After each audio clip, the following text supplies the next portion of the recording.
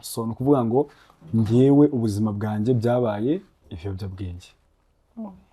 So ubwo ku ishuri bagomba kumenya yuko mbifata kugira ngo nyine wiji urumva ni ya myaka noneho kugenda wisunika igenda noneho ihishura ibyayo. Bigenda noneho byihishura. Wakuze uri umuntu ukijijwe, ukurira no mu muryango ukijijwe. Turagira ngo tubwire uburyo wahuye na Kristo. Yes. Uburyo wahuye na Kristo muri urwo rugendo rwose, muri izo nzira zose, kugeza aho bari bagiye kugufunga, kugeza aho ubaye addicted, kugeza aho utangiye no kuba urugero rubi muri mu bavandimwe bawe. Iyi generation is blessed. Very. Iri blessed kuko kubona umujene utwaye umujene umwe mu kabari ukagarura ukubwira Kristo. Ni ibintu nyine usanga abantu barimo baravuga ati niba ijuru ryaba rifite wifi wakora live ya mbere ivuga iki? Hallelujah. Glory to God. Niba ijuru ryaba rifite wifi wakora live ya mbere ivuga ngo iki? Now live ya mbere nakora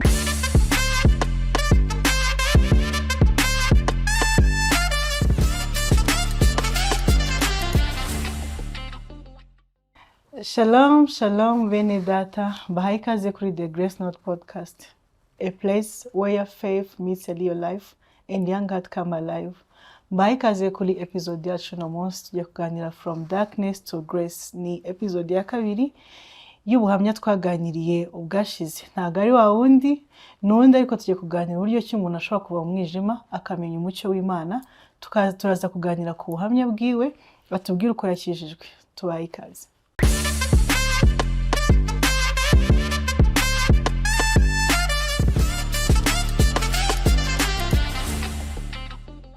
Nk'uko nabibabwiye turi kumwe n'umushyitsi wacu uno munsi, umujene ukijijwe ugiye kudusangiza ku rugendo rwe rw'agakiza. Tubahe ikaze. Murakoze cyane. Yego, mwatangira mutwibwira. Yes, amazina yanjye banyita Mugisha Alexandre. Nanjye ndakijijwe, ndi mu barasiwe n'umucyo wa Kristo. Yes, nahinduye urukundo kuko urwo rukundo rwansanze aho ntarufite. Aho nari nzi ko ruri siho narusanze, ahubwo rwo rwansanze aho rwagombaga kunsanga mu mugambi warwo. Amen. Tuguhaye ikaze kuri The Grace Note Podcast. Nk'uko twabivuze, tugiye kuganira ku rugendo rwawe rw'agakiza, tugiye kuganira kugira ngo umenye Imana by'ukuri. Byatangiye gute? Wakijijwe gute? Njye rero nakuriye mu muryango ukijijwe. Nakuriye muri Sunday school nk'abandi bana. Ahubwo hari imyaka yagezemo kwera nakundaga imikino, nakundaga gukina, ariko mu rugo batabikunda. So ndakeka ko aho ngaho niho wenda tuza gusa nkaho turi buze kuganiraho, ariko kumenya Imana byo nayimenye kera, ahubwo hari ibyaje byivangamo. Ariko Imana yo nahoze nyizi. Ndakaze. Ndashakaga ubijyemo byagenze gute? Okay. Kugira ngo uze gutana.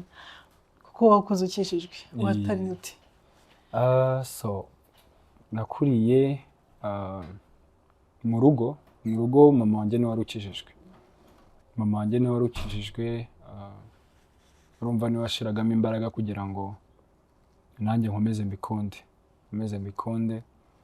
Ariko uko umuntu yagendaga akura wasangaga hari iyo mikino ndi kuvugana nabaga ndimo, ugasanga ituma hari ibindi bintu ntagomba gukurikirana, ntari gukurikirana nk'umwana. Imikino gute? Habaga harimo nko kwiga, wasangaga umwanya wo kwiga mu rugo barashaka ko nkora na etude, ariko ntago etude nayikoraga. Urumva nabaga nagiye kwiga, nava kwiga nkumva ko birangiye, etude sinyikore. Yes, nkahita njya muri iyo mikino rimwe na rimwe rero, kubera ko urumva bitewe n'igihugu twabagamo, cyari igihugu cy'i Burundi kuko niho navukiye, ndi Umurundi. ariko ugasanga ibintu by'imikino nyine kubera ko babaga baduhaye amafaranga twarahembwaga, wasangaga ari byo bintu twafokasinzeho cyane, kuko kwicara dufite amafaranga uri umwana byabaga ari ibitangaza. So kubona kandi umwana wahaye amafaranga wabaga wamuroze mu bitekerezo. So rero twebwe tukumva ko ishuri aho bari buze kuvugiriza ifirimbi isohoka direct no guhita tujya mu myitozo, imyenda babaga ifite muri bag, nta byo gutaha. Ugasanga rero ni ntaha ndakubitwa gutyo na gutyo, you know. So biza rero kugera igihe mpura n'ikigare, numva hari imyaka ugeramo kuko ubona akina na basket, ugasanga ufite fanatisme ku yindi side, harimo both genders, sorry. Ugasanga abakobwa n'abahungu bose barakwishimira, bakunda ibintu ukora, ukina neza, ibintu nk'ibyo, you know. Icyo gihe nyine ubutangiye kuragwa mu bitekerezo. So mbigiyemo neza, hari igihe wasangaga kenshi mporana n'abantu bakuze kunduta, ugasanga rero nibo basa nkaho ndi kugendera mu byabo, kandi bo kubera ko bandutaga hari imyaka bo bari barimo bakora ibintu bibemerera wenda gusa nkaho biza guhura n'imyaka yabo, ariko ugasanga nanjye biri kumberaho ingaruka kubera ko nkiri muto kandi ari uko turi kumwe. Yasona uko nguko rero naje gutatira igihango cyanjye n'Imana, asa nkaho inzira nyihinduye, asa nkaho mpinduye inzira, kugeza igihe tuziye mu Rwanda. Bigenda bikura gake gake, ntangira kujya muri ibyo biyobyabwenge, ntangira kubikoresha noneho cyane, kuko urumva icyo gihe deja iyo myaka yose yari ishize narabikoreshaga, ariko ntabwo nabikoreshaga nk'umuntu nyine ubishoboye, kuko ntabwo nari mfite nk'imyaka 11, 12. Ukiri muto cyane. Yes, nari nkiri muto cyane, of course, urumva. Ariko icyo gihe nabikoreshaga gutyo kubera ko nabaga mbizi yuko nta bushobozi mfite bwo kubigura, n'ayo mafaranga baduherezaga yabaga ari make. Ntabwo rero umwana w'iyo myaka yahita atekereza kujya kugura inzoga muri iyo mafaranga. Nakomeje kugira bya bigare, deje icyo gihe twari tuvuye muri icyo gihugu twaraje inaha, abantu bakunda abarundi na basket, you know. Twari benshi kiriya gihe, ukumva umunyarwanda kumva ari kuvugana n'umurundi, ni ibintu byiza cyane. Ukumva abo bakobwa bashimishwa no kumva ndi kuvuga ikirundi, you know. Ugahita usanga bo kuri bo bari gukora ibintu bijyanye n'amarangamutima yabyo, ariko nawe biri kukwafekta kuko uri guhita ubona ko hari icyo uriza gukuramo profi yabyo. Yes. So dukomeza gutyo kugeza igihe natangiye noneho kubyerura. So ni ukuvuga ngo njyewe ubuzima bwanjye byabaye ibiyobyabwenge. So ubwo ku ishuri bagomba kumenya yuko mbifata, kugira ngo nyine urumva ni ya myaka noneho kugenda wisunika, igenda noneho ihishura ibyayo. Bigenda noneho byihishura, za nzoga ziragenda zirihishura. Ndagenda mpindura demarche, abandi bana bose buriya twese ntabwo tugenda kimwe, ntabwo tukiri abana ariko twagendaga nk'ubu ngubu. Yes, demarche iragenda irahinduka, imvugo irahinduka, ni handi mama uba umuhamagara mere, papa ni pere. Urumva. So imyaka iragenda rero ihishura ibyayo, ntangira kumva yuko nta muntu wagira icyo ambwira, amafaranga n'ayanjye, ndakuze bihagije, shobora kuba nanjye mfite right yanjye kandi ndayisabwa. Ndagenda noneho nicwa n'ibiyobyabwenge, ndabicuruza. Yes, ntangira kujya mbicuruza, ntangira kujya mbinywa. Byose nabikoraga niga. Usibye wenda nko muri covid. Yes, nko muri covid wenda. Ariko ndashimira Imana wenda ntabwo nabashije gufatwa, ariko rwari urugendo rutari rwiza. Ugenda umutima utari hamwe, ubona imodoka ya polisi ukayikanga, no kuvuga ngo n'umutima wagufatira mu muhanda ugahita upfa, kuko uhora ufite urwikekwe, uhora wikanga. Yes, so biragenda rero nkomeza gutyo ngeraho ndangirika, igaruriro rirabura. Na hahandi n'umubyeyi wanjye twicaraga twaganira harabura, ibyishimo byo kubona seka birabura, mba mu isi noneho aba ari njyewe. System ari imwe, ni ugutaha ukaryama ukabyuka ukajya gukora amafaranga yo kongera kuza kwangiza. Nta shuri. Ishuri nyine ubwo ryari ryarangiye. Ishuri ryari ryararangiye icyo gihe. wari warangije kwiga. usibye nko muri covid wenda niho umuntu yagiye nyine anywa ibyo biyobyabwenge cyane. Urabizi kiriya gihe nibwo umuntu yagiye arabifata cyane nyine bisa nkaho bifashe indi ntera, ariko nyuma yaho kurangiza ishuri icyakurikiye ko hari ugusinda noneho sasa byeruye, ukaba nyine umujene ngo uri umusirimu nyine nk'ibi byose bibera hano hanze nk'abandi bana bose. So ndagenda nywa inzoga nyinshi, nywa itabi ryinshi, nywa urumogi rwinshi, biragenda byuzura mu mutwe. Ari ibyo birori twabaga turimo, ahabereye show, aho byabereye ikirori, ibiki n'ibiki. Muri icyo gihe wari warabazwe kandi utaha, ababyeyi bo babimenye ibyagenze cyangwa ntabwo bakubonye? So ni ukuvuga ngo mu rugo bagiye kumenya ko ngiye nkoresha ibyo bintu, ubundi bari bazi ko nywa inzoga bisanzwe. Bari bazi ko nywa inzoga, ntabwo nyine ni kwa kundi umubyeyi nyine abashyiramo akantu akavuga ati buriya nywa nka 2-3 agahita asinda, niyo mpamvu uhora ubona ameze kuriya. Muri covid hari umuntu waje ashaka kujya kudufungisha, ariko ni nkaho nyine ari ni miracle yabaye. Mu rugo cyangwa wowe? Ntabwo yabaga mu rugo we. We ntabwo yaje nyine ahantu mu cyumba. Ndabyibuka icyo gihe nari mfite utuboro nka tungahe tw'urumogi nka 12 I think, turimo imbere turimo turabinywa pe, hari hahiye ku buryo umuhumuro warenze inzu urasohoka. Mu rugo cyangwa hari ahantu twari turi, ariko yari mu rugo, turi ahantu mu cyumba. Umwuka usohotse ari kunyura harabyumva, ariko byumva ahita ashaka kudufungisha, but nyine sinzi ikintu cyabaye, aragenda. Agiye ahita ahamagara ababyeyi bacu, agata abana banyu ngiye kubafungisha, ariko mbere ko mbikora mujye kubavugisha. Dukira gutyo, nuko twahise dukira. So no kuvuga ngo aho niho ababyeyi bacu bahise babimenya. Cyakira gute? Bararira. Bararira, akavuga ati side ya mama na papa. Akavuga ati gutya na gutya. Icyo gihe ntabwo twabanaga na papa, ntabwo yari ahari. Ariko mama yarabyumvishe, aranyicaza, arambwira ati Nixon uyu ni wowe n'ibiki. So ngiye rero ndi wa muntu ubabara, nabonye agahinda afite karanyuzura. Takimara kunyuzura mu bwiza ukuri, ndamubwira ati rero ngewe nibwo ntari nkibitangira, ntago ari ngewe gutya na gutya, ndashaka kwita mbireka. Mu kubimubwira ko ari uko mwikiza kugira ngo kugahinda gahanagurwe mu maso ye. Ariko nkimara kurenga aho ngaho deje ubisubiramo, ndagenda ukajya utangira nyine muri icyo cyumweru urya amashikarete, gams za buri munsi. Nyuma yaho nyine agera aho ngaho abona ko nta garuriro, akajya yirirwa avuga ati ariko ibyo bintu wowe uzabyikuraho. Yigeze no kumbwira, hari umunsi Pastor Jackson yigeze kumuhanurira kuri church, yarambwira ati hari umuhungu ufite uzagenda umunzanire. Aje kubimbwira ndambwira ati ariko ibyo bintu ni ibiki? Iyo Mana igenda ikabwira abandi ishaka kumbwira amakuru yanjye, kuki ngiye itaza kumbwira straight? Yes, biragenda nyine bisa nkaho namaze no gupinga n'iby'Imana nabivuyemo, ndagenda mba umuhakanyi pe. Ariko still nkajya njya gusenga mu byiciro.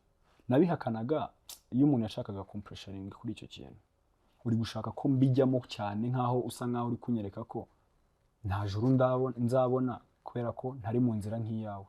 Yes, ntangira rero kubyanga gutyo mbivamo. Hanyuma ndagenda nkajya ntaha, ariko nari mfite ukuntu natahaga naryama. Okay, hari ukuntu nyine umuntu ataha ananiwe, urabizi nyine abantu basinze ukuntu bataha bameze. None ibyo byose nabaga nabifashe, iryo tabu, ubwo rumogi, ibintu byose umutwe urushye, nagera ku ntebe muri salon nkahita nicara, ibitotsi bikamfatiraho. Mu gitondo abana bajya ku ishuri, umwana wa sister niwe wambyutsaga, tonto afite imyaka 10, tonto njye kujya kuryama mu cyumba. Ubwo uzi ibintu yabaga ari kubona, usangaga nk'isogisi rimwe hariya, ipaki y'itabi, brike, icupa natahanye. So ugasanga ibyo byose biragiye binyuzura mu mutwe, ariko sindabasha kubona uburemere bwabyo kuko nkiri muri za nzira. Sindi kubona uburemere bw'agahinda ndi gutera abandi kuko ngewe nzi ko ndi gushaka right yanjye. Sindi kubona agahinda nibyo ndi kwigisha abo bana kuko nkiri gufata izo nzoga. so ugasanga rero bisa nkaho biri kuafekta na environment ndimo, nabo ubwabo biri kuafekta. Ugasanga rero famiye yose isigaye kureberaho, Lix ubwanwa nta kibazo, Lix waje tugasangira, ugasanga nabo batangiye kwisanga muri bya bindi kuko bari kubona yuko nibwo busirimu. Sibyo, nibwo busirimu kuko mama niba atakubita Lix yazinyweye, ubwo se twe yadukubita gute turi kumwe nawe? Ahita yumva ko Lix ari wakoze iki, waboheje. Lima twari turi kunywa tubiri kuko mama ntabwo yari kuza abuza abandi kunywa, abona nanjye ndimo, yahita akavuga ati ubwo ntacyo mfite ndi buvuge kanicecekeye. Yes, so ugasanga rero nabo biri kubafekta. Abaroma, reka dusome mu ijambo ry'Imana. Abaroma 3:23 baravuga ngo kuko bose bakoze icyaha bakaba barabuze ubwiza bw'Imana. Nk'uko watubwiye yuko wakuze uri umuntu ukijijwe, ukurira no mu muryango ukijijwe. Turagira ngo tubwire uburyo wahuye na Kristo. Yes. Uburyo wahuye na Kristo muri urwo rugendo rwose, muri izo nzira zose, kugeza aho bari bagiye kugufunga, kugeza aho ubaye addicted, kugeza aho utangiye no kuba urugero rubi mu bavandimwe bawe. Uburyo nahuye na Kristo rero ni ibitangaza kabisa. Ni ukuvuga ngo hari umusista wigeze kuza, yari umudiaspora, kwanza n'ubu ni umudiaspora. Ni umusista yaje, yari umugrand sœur w'inshuti zanjye, ni famiye nyine kwa kundi ugenda ukaba inshuti na famiye yose. And uwo musista rero ntabwo nari muzi, ariko aje inaha yaje 2022, duhura 2022 mu kabari, ntabwo nari muzi, kwa kundi buri gucrosinga mu kabari muri show, turahura. Duhuye, nahuye n'umuvandimwe we, arambwira ati Lix meze bite sa ni sawa, uri hese? Ndambwira ati njye nibwo nkigera hano nta muntu umwe turi kumwe. Ubwo no kuri table njye kugupresenta sister. Nje sanga bari kumwe kuri table. Ndamusuhuza bite se, ni byiza umeze neza? Yego. Amazina Mugisha Lix bakwitande, aranyibwira. Aho ngaho step ya mbere nicaraho, ntitwongeye kuvugana. And then nyuma agaruka 2024. Mbona umuntu aranyandikiye, Lix bite se, ni sawa umeze neza ye? Nese ko utaraza konsuza kandi ndi mu Rwanda. Ku mutima ndavuga ati okay, amadolari arahageze. Show igihe cya show kirageze. Urumva deja ko njye nke mu bubata, sinari mbizi. Kumbe we yaje yarakijijwe. Bya bindi mwahuriyemo atari nta nubwo we ari kunywa cyane icyo gihe. Niko ko nyine bavuga ati ndi kumwe n'abavandimwe, nta kibazo reka mbagurire. Then nawe agakoramo rimwe kabiri agahita agenda, we ntabwo yanywaga ubundi. Noneho uwo munsi yaje yarakijijwe, akajya ambwira ati none se tujye kurya, tujye kunywa, nkategereza igihe azambwirira kunywa inzoga nkabura, ariko still respect nkayimugomba, tukaba turi kumwe buri munsi. Ubukwe bwe burabaye kuko nibwo bwari bwamuzanye, bukimara kuba atangira kujya ntumira, kujya gusengana nawe. So nkajya mukwepa kuko deja church yes yongera nasengeragamo, aho yasengeraga songera nasengeraga. Nje nari nzi ko mfite famille hahandi nakuriye na mama n'ibiki, niho nyine niryo zina ngeri nyambaye. Sinjya njya ariko niryo zina rinyambaye, ngendera ku izina ryabo. Akajya ntumira rero kuri aho yateraniraga. Ntabwo ati hano ntabwo nazi. Nkajya mpora mukwepa, nkamukwepa kugeza umunsi umwe yavuze ati sasa uyu mupeti ndabona yananiye, kamwereka ikintu ngukorera. Lix bite se, ni byiza umeze neza ye, waje tukajya kurya. Ndavuga ati okay, kurya nta kibazo, ngo wambare neza uze tujya kurya. Nipanga akazi ndambara, ndabyambarira kabisa nk'umuntu wari ugiye kuri date. Turagenda, turariye, turanyweye. Tukimara gusoza ngo nahise nibeta kuko nari mbizi ko uyu muntu nabonye ritme afite yarahindutse uko biri kose, ariko sinenze ko yakijijwe. Kandi n'umu grand sœur urumva ntabwo wahita ufata ngo wigaragaze, ufite ukuntu tuhidinga nyine ibintu bimwe na bimwe. Ndibeta ninywera itabi ninywera inzoga nza ndi kurya amagamu. Probably yarabitekereje ko nshobora kuba ari byo nagiyemo, ariko sinabitindaho. Arambwira ati okay, wasoje ibyo wari ugiyemo? Ati okay, injira mu modoka nkwereka ahantu tugiye kujya. Nuko nisanze rero nageze kuri ya church ye. Church yawe yasengera? Aho yateraniraga. Tukimara rero kuhagera ndavuga ati nta kundi byagenda, ubwo ndi tipsy, ushizemo na hangover byose ubwo byahuye, umutwe uri kwaka. N'itabi n'ibikina nyweye ndi kunuka nyine tu. Nambaye n'amaherena byose. Ndagenda shaka gukuramo amaherena, nambwe atoya uyakuramo, we tugende gusa nta kibazo, we jyana umutima wawe tugende. Ndambwira ati okay, none se ko twaje hano ntumbwire kandi naje nasinze. Arambwira atoya nta kibazo, we tugende, uraza kubyishimira. Mu kanya na amasaha 2 tureta dusohoka. Tukihagera turinjira. Tukimara kwinjira iminota nk'ingahe twamazemo ibitotsi byose bimfata. Straight kabisa ibitotsi byose bimfata. Kuko naribajije sinizi ndyama mu ishuri. Sinizi no mu rugo ndyama nyuma y'abandi bose kuko sinaryama ahantu hari abantu basakuza. Byantunguye rero kuryama aho hantu. N'imbere mu materaniro. Ndasinze. Nimara gusinzira ikintu cyabaye nuko The Voice hari ijwi ryaje ranyongorera. Nirambwira ati haguruka usenge. Nta n'amagambo menshi byavuze. Haguruka usenge. Uri iburyo n'uri ibumoso bumva isengesho ryawe. Ibyo bintu ubwo ngewe nifitiyemo agatipsi nisindiye. Aho hantu n'ubwa mbere mpageze, ndacyafite isoni zaho hantu n'abantu ndi kubareba nkabona ahantu wapi. Ijwi rikakubwira ngo haguruka usenge. Uri iburyo n'ibumoso bakumva. Amahirwe nari mfite nuko uri ibumoso yari inshuti yanjye twari turi kumwe, ariko uri iburyo sinari muzi. So nongeye kugarura ubwenge namaze kwishimira aho hantu. Kuko nkanura nsoje gusenga, abantu nyine barandeba bakavuga ati koko nyine umuntu ashobora kugira burya ni wowe. Asa nkabikanze nyine kuko ibintu navugiye aho ngaho ariko se barikanze. Wa mujene yarambwiye ati abana cyakoze kabisa urayavuze. We yarambwiye ati urayavuze kabisa urayarangije. Urumva? So no kuvuga ngo aho ngaho naho byabereye kuko natashye nishimye, umutima ndacyafite ifuku byibuke. Mind you ndacyafite ifuku. Ariko ndishimye. Ndumva nyine meze nk'umuntu uri kwakira umuyaga mushya muri we. Numva ndishimye ibintu byose. Wa musita kimara kuza ijambo namubwiye, nambwiye ati hano hantu mpise mu rugo. Hano hantu mpise mu rugo. Ndataha. Yari tariki 23 z'ukwa mbere. Naho ngaho ngaruye ubwenge neza niho nasize inzoga. Aho nuvuga ngo uwo munsi nibwo nazinyweye, ni nawo munsi wa nyuma. Wari umunsi wa nyuma aho ngaho kuko sindongera kugeza ubu. Yes, tariki 23. So ndabyibuka rero kuri tariki 26. Ubwo ngaho ndacyafite ibyishimo ariko sindamenya ko Kristo twahuye. Njye ndacyafite ibyishimo.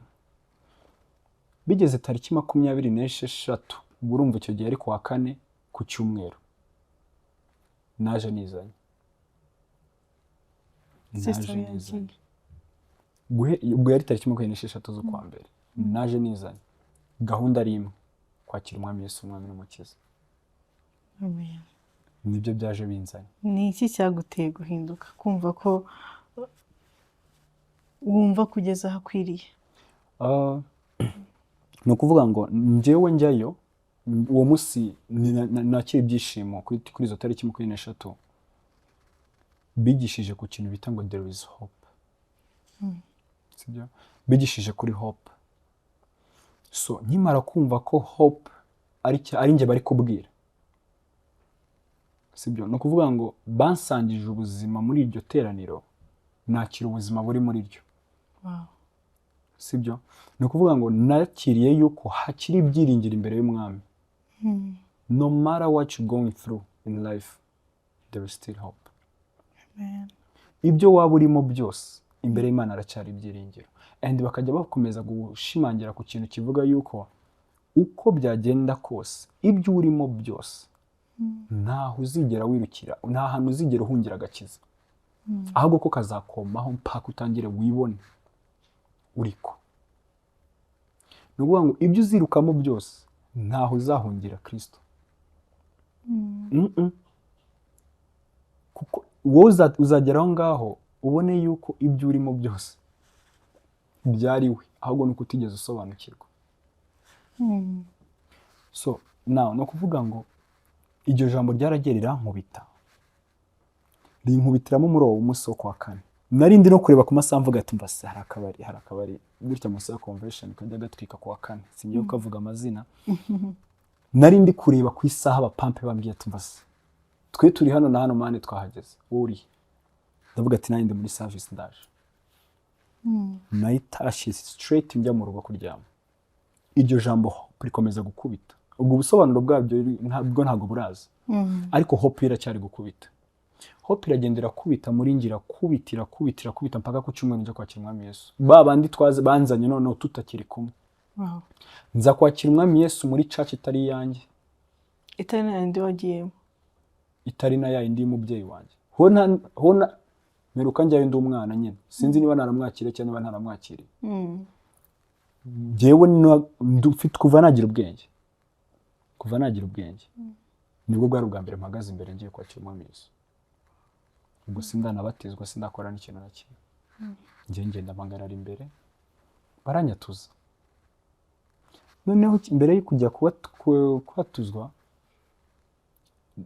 nisanze mu iteraniro nicaranye n'abamama babiri. Niho banyicaje protocole, baranyoboye insanga nicaye n'abamama babiri. Bakajya abwira ko kundi ngo bwira mugenzi wawe. Najyaga kubabwira nkabona baranyishimiye, bangize umwana wabo. Maybe simbizi ukuntu Holy Spirit yabikoze ku buryo nisanze ndi muri aba mama. Noneho nabikabuzuza urukundo bari kumpishurira ndi kubona. Kuko deje abantu bazi ko mu gakiza nta bintu by'urukundo, ni ukujyamo ugahita usohoka utaha, winjira usohoka utaha, winjira muri iriya nzu usohoka utaha. Mu rusengero? Yes, mu rusengero, sorry. Ariko nisanze noneho muri abo bamama babiri sinabona ibiri kubera muri church, ahubwo mbona ibiri kubera mu maso yabo n'akanwa kabo bari kumbwira. Kuko bakomeza kubwira ngo bwira mugenzi wawe, nabonaga banyishimiye. Icyo gihe nari namaze gutakaza ibitekerezo by'umuntu uri mu materaniro, ahubwo ntangira kuzuzwa urukundo ndi kubona mu bantu. Uwo munsi mva aho ngaho ndabyibuka, nagiye mu kabari bisanzwe gukina biyari, kuko njye nakundaga biyari cyane. Ariko nta nzoga ndi kunywa, mind you, ndi kunywa itabi. Ubwo itabi ryo nahi nararireka. Turakomeza bigeze tariki 6 z'ukwa kabiri. Turi mu materaniro, umushumba aravuga ngo buri muntu wese asengera ikimuremereye. Nari nanarimwe bisanzwe kuko deja ryo ntago byoroshye kurivaho. Nibwo nahise menya ko hari imbaraga zimira izindi. Nasengeye itabi uwo munsi, ubu aka kanya ejo bundi nzuza amezi 8 maze nkijijwe. Sindongera kurikoza ku muntu.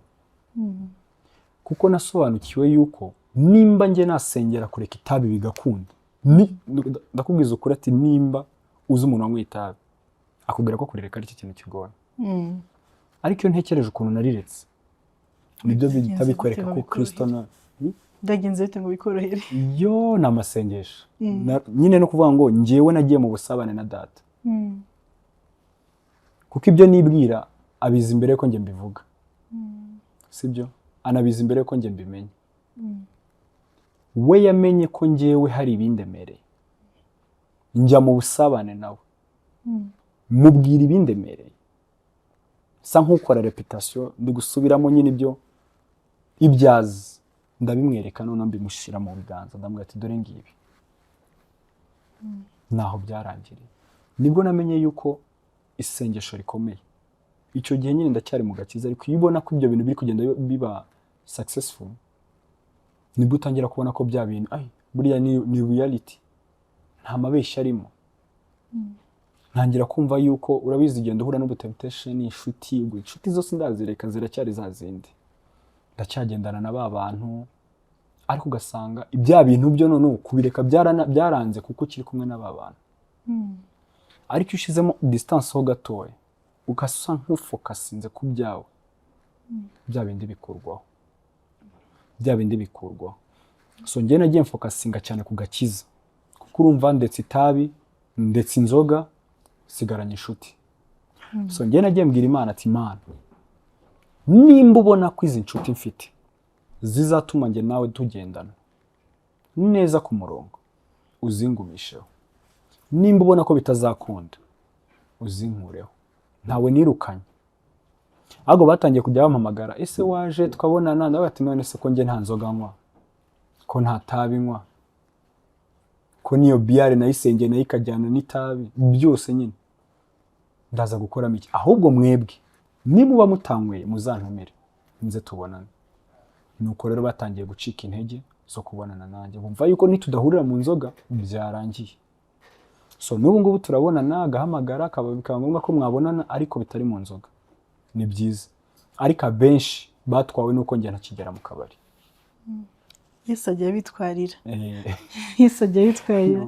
Kandi ijambo ry'Imana navuga nyine kumvira bizana no kwizera. Ko warizeye ko yabatwara ikaguha abandi, nizera ko uyu munsi ufite izindi nshuti. Nawe urimo? Nanjye ndimo z'umumaro. Yego. Reka dusome ijambo ry'Imana riboneka muri Yohana 12. Icyakora abamenye bose Imana kandi bakwizera izina rye, yabahaye ubushobozi bwo kuba abana b'Imana. Dusoza ndashaka utubwire, wenda hari uraza kugereranya ubuzima bw'ahambere n'ubuzima bw'ubu ngubu, bimeze bite?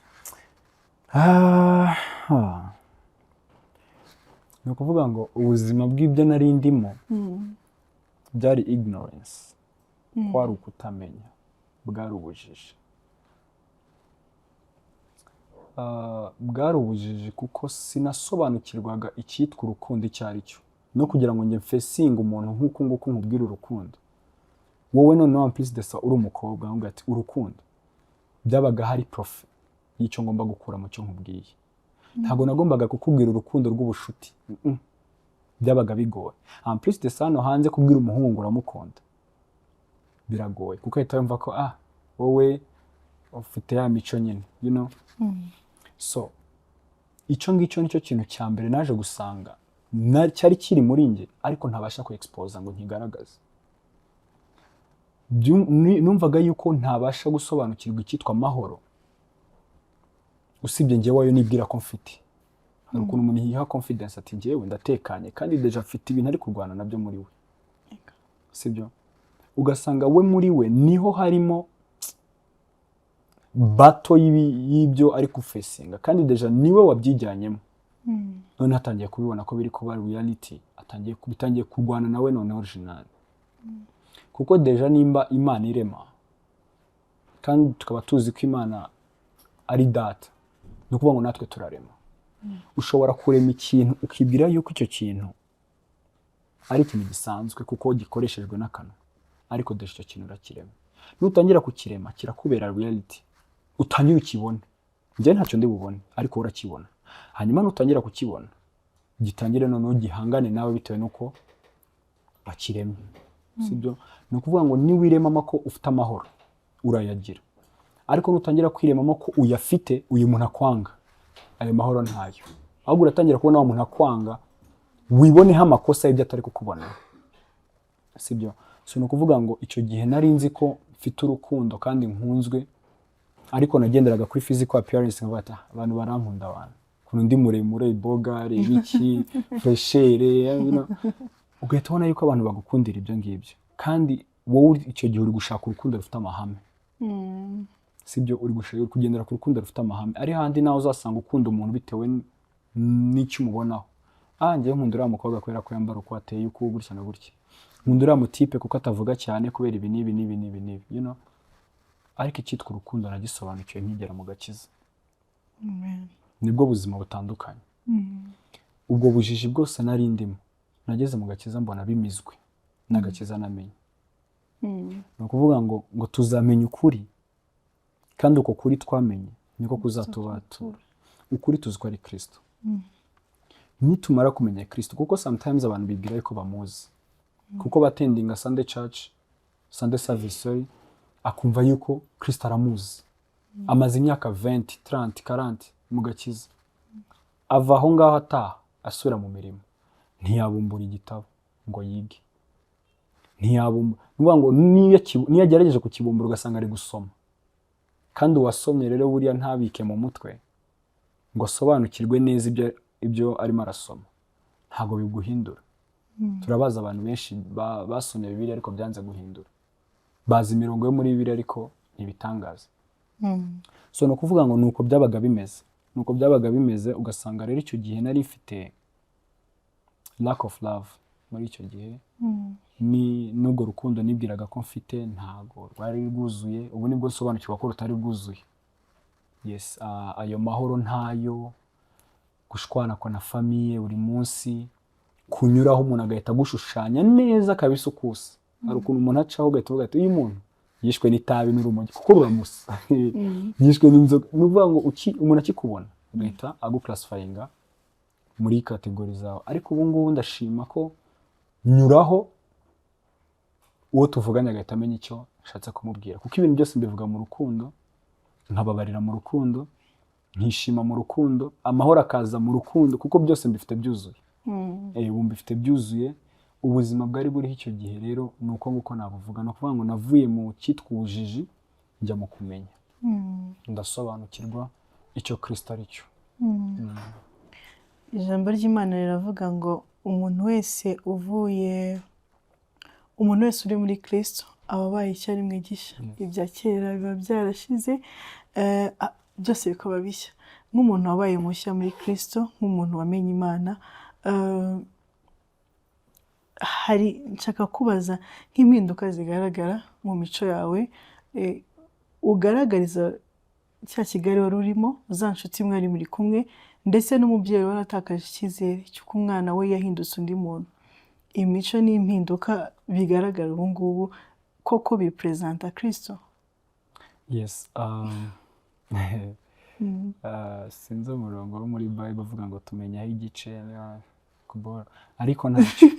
Ni ukuvuga ngo imico yanjye yarahindutse kuko ihishura Kristo, yaba mu mvugo, yaba mu bo duhorana, yaba mu byitwa kwishimana, kuganira n'abantu, bihishura Kristo.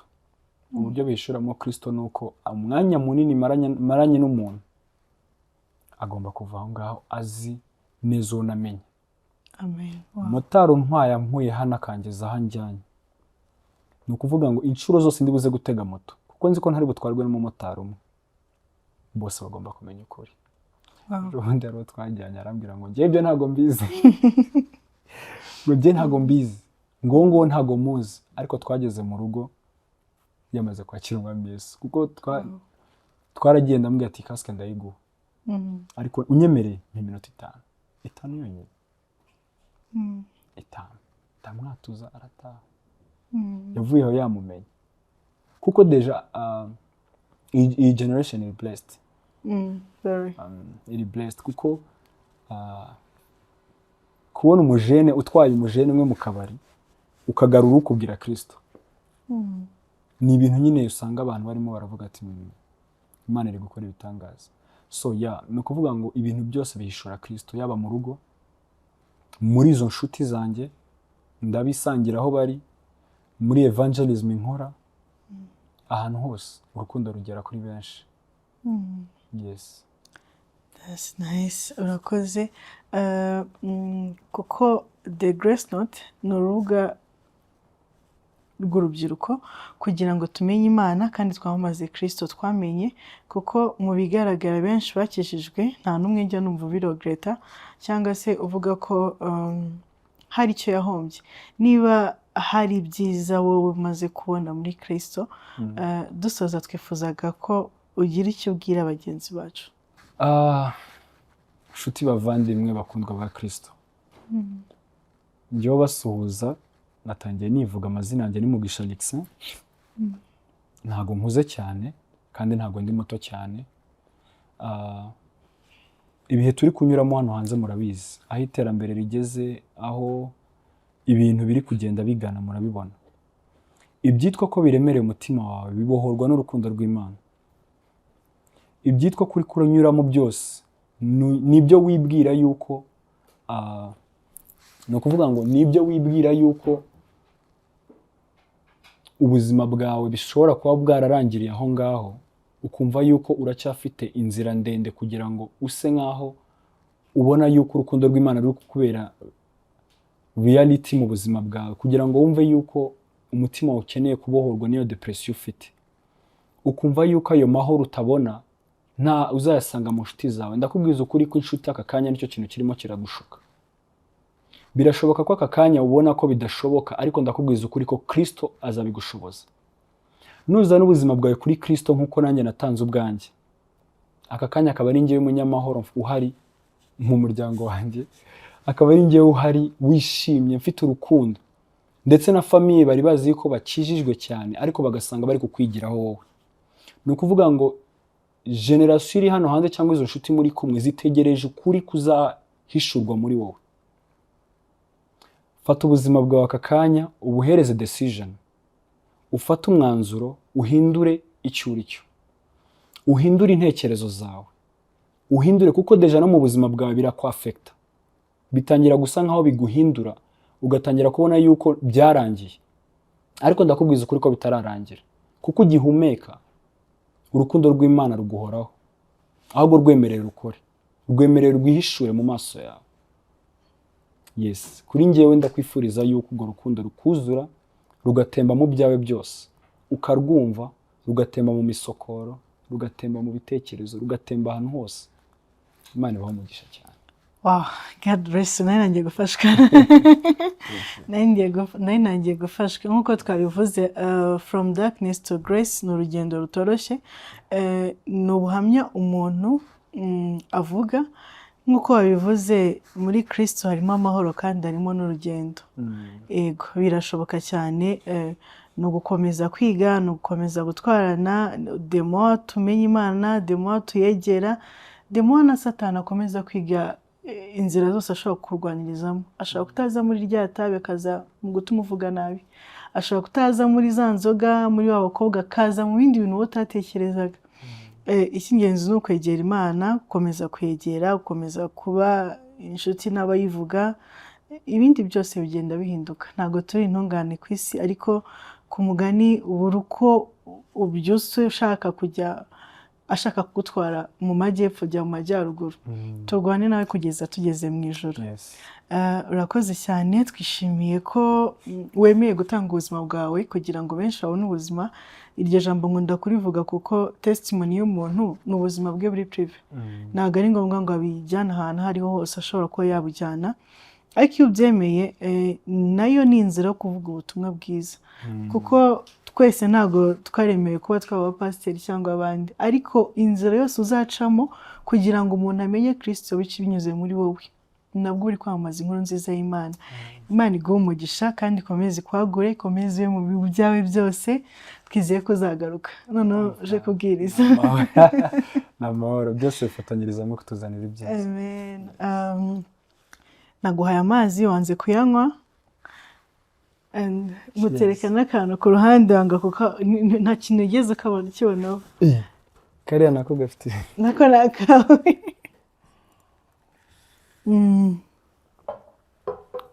Mbere yo gufungura byaba birangije. Yani igice cya nyuma tugera cyitwa Vibe for Christ. As a youth for Christ we vibe. Uraza kuramo agapapuro, ushobora kugafata twose ugakuramo kamwe uri bushobore. Urakuramo ikibazo kimwe cyonyine, then gisome turakidusubiza uko uri bukibone. Thank you. Utundi dusubizemo. Se bihora neza n'ibyo uri kumbaza. Ego. Ngo niba wahuye na Yesu mu ruganiriro rwa podcast, niki cyambere wamubwira? First wahuye nawe? Cyane. Okay. Cyane. Wow. So no kuvuga ngo ikintu nabwira Kristo, sinzi n'ucyumvishe neza. Uramutse uhuye na Kristo nka hano nyine Mm. yaje muri ino podcast Yes. ni iki kintu wamubwira? So ni ukuvuga ngo Yohana aratubwira ngo Yohana niwe wavuze ngo ndi umwe na data. Pawulo nawe akavuga ngo arambona akibona. So ni ukuvuga ngo Kristo ari muri njye. Ngize amahirwe rero yo kubonana nawe sasa. Ni ukumubwira ati komeza wihishure muri njye. Amen. Komeza wuzure ibyanjye byose biba ari wowe gusa. Wow. Ubwo ndi kubwira uwo mbona amaso ariko nanone nkamwibonamo. Yes, so ni ukuvuga ngo kuko nzi ko nta handi hantu ari muri njye. Agize amahirwe yo kuza agahita yongera agasubira aho yari ari. Ni ukuvuga ngo namubwira agakomeza gusendera mu byanjye byose. Sibyira avuga ngo niba ijuru ryaba rifite wifi wakora live ya mbere ivuga iki? Hallelujah. Glory to God. Niba ijuru ryaba rifite wifi wakora live ya mbere ivuga ngo iki? Now live ya mbere nakora ni y'amashimwe. Nahita amashimwe. Impamvu nahita amashimwe ni ugushima umusaraba, ni ugushima urukundo, ni ugushima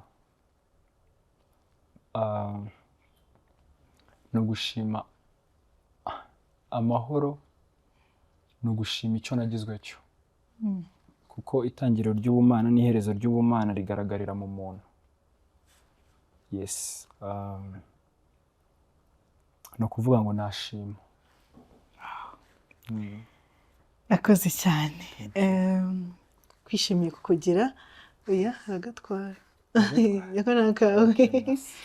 Twishimiye kugira bakunzi ba The Grace Note podcast. Nibaza ko ubuhamya nk'ubu ngubu muri bwige muziga ndetse n'abazabyumva. Tubaye ikaze rero mu kiganiro gikurikira. Imana ibane namwe.